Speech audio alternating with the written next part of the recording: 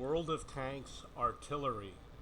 I'm just going to give a little bit of an overview about artillery in the game World of Tanks. And chances are you're probably playing in the lower tiers. I'm going to be talking about the higher tiers.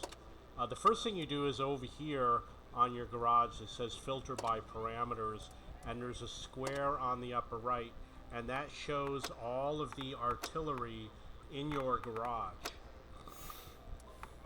There's very few premium artillery. One of them is the Sexton, and another one is, I don't remember the name, it's a French artillery that's very popular.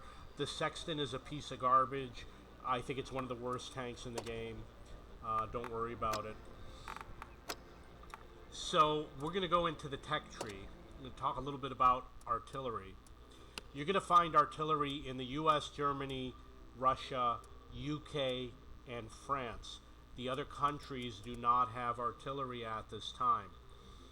The way the classes are organized, artillery in this case is up on the top, but it might not be the same. In this case it's on the top row, and over here it's on the top row. Over here it's on the top row. So it wasn't like that before, but now they've organized it so the artillery is always on the top row. And there might be more artillery units if you go into the depot and you go into the collector vehicles. You're going to get the tier 2, 3, and 4 vehicles. Basically, the lower tier artillery are really bad. They're really difficult to play. I would say tier 5 is going to be on the difficult side, although the USA tier 5 isn't so bad. But once you get up to the top, usually I like playing all the tier 10 artillery and the tier 9 and somewhat the tier 8s. But as it comes down to the lower tiers, garbage. The USA has a good artillery line. Good artillery means easy to play, easy to get around, easy to aim, easy to do damage. Germany has a decent artillery line. However, they're a little bit slow, and some of these vehicles like the Grill and the Hummel, I think they're more difficult to play, meaning you're not going to do a lot of damage. Same with the lower tier Russian artillery. A little bit difficult to play because they made the burst radius so small. You got to be really accurate, and in the lower tiers everyone's moving so fast it's going to be difficult to land your shots. In the upper tiers, the Object 261, I think it's a great artillery. It loads really quickly, it moves around quickly, it aims quickly. It's an overpowered artillery. The most difficult artillery is definitely the S-51. It's going to be very challenging to play this tank. So when you see it, you don't get a lot of rounds.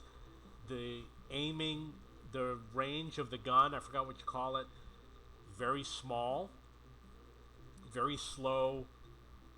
You're not going to be happy with the S-51.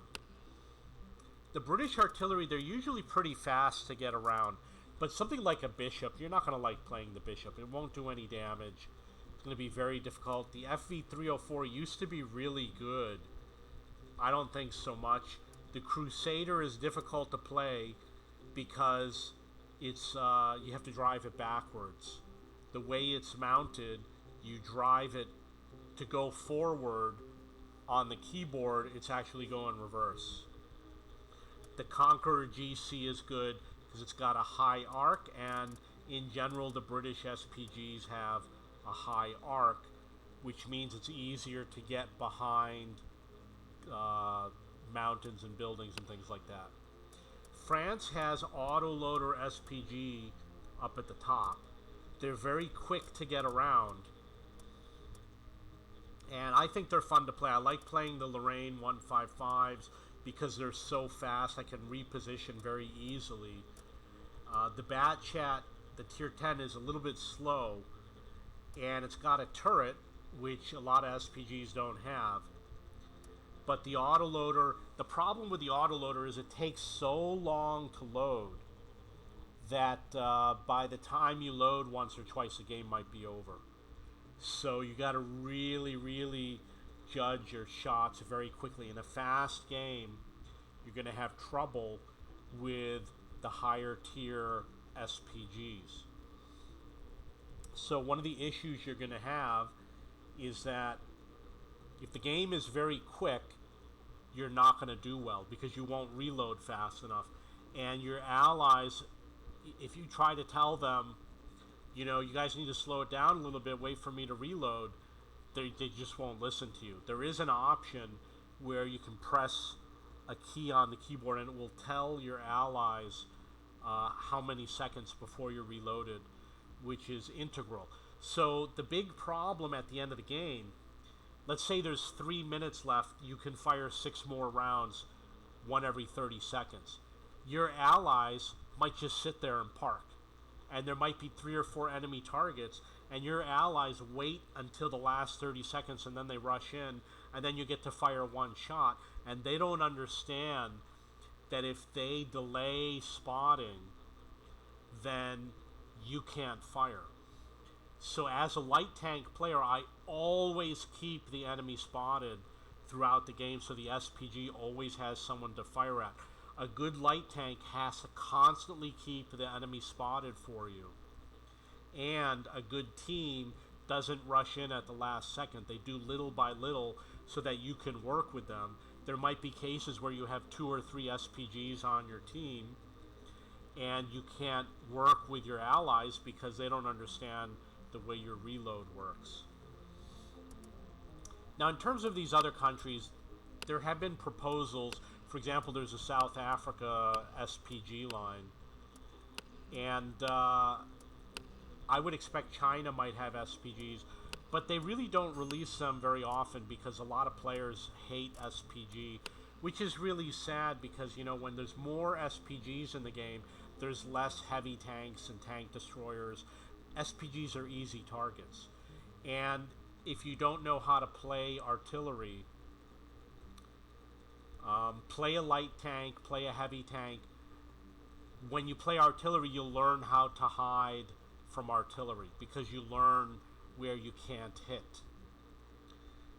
There's also a feature which is unique, which is called sound detection, which is it's a crew skill. We'll just pick it up with any of the commanders here. He's got it. This is sound detection. I don't think it's essential. However, it can save you as an SPG player. And I would say get the Brothers in Arms, get the concealment, and then get the sound detection, and then recon, and then mentor, and then worry about these other ones later. But for a new player, sound detection is good. For someone like me, I don't care so much because I play with good habits. Okay, so that's just a little bit of an overview about artillery. If you have any questions or comments, please post below.